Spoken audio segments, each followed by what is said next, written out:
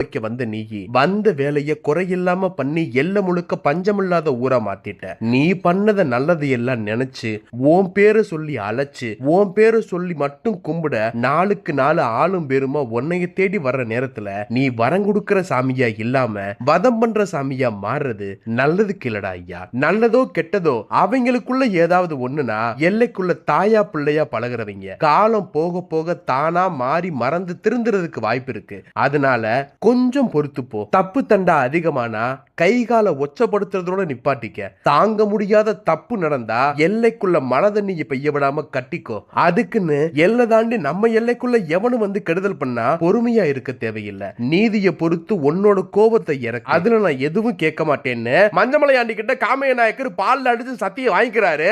அப்படி பால்ல அடிச்சு சத்தியம் பண்ணி கொடுத்த அந்த நாள்ல இருந்து இன்னைக்கு வரைக்கும் காமைய நாயக்கர் கேட்ட மாதிரியே எல்லைக்குள்ள தாய் பிள்ளையா இருக்கிறவனுக்குள்ள தப்பு தண்டா பண்ணி அதை கேட்டு கூற சாமின்னு இவங்க கிட்ட வேண்டி நின்னா சின்ன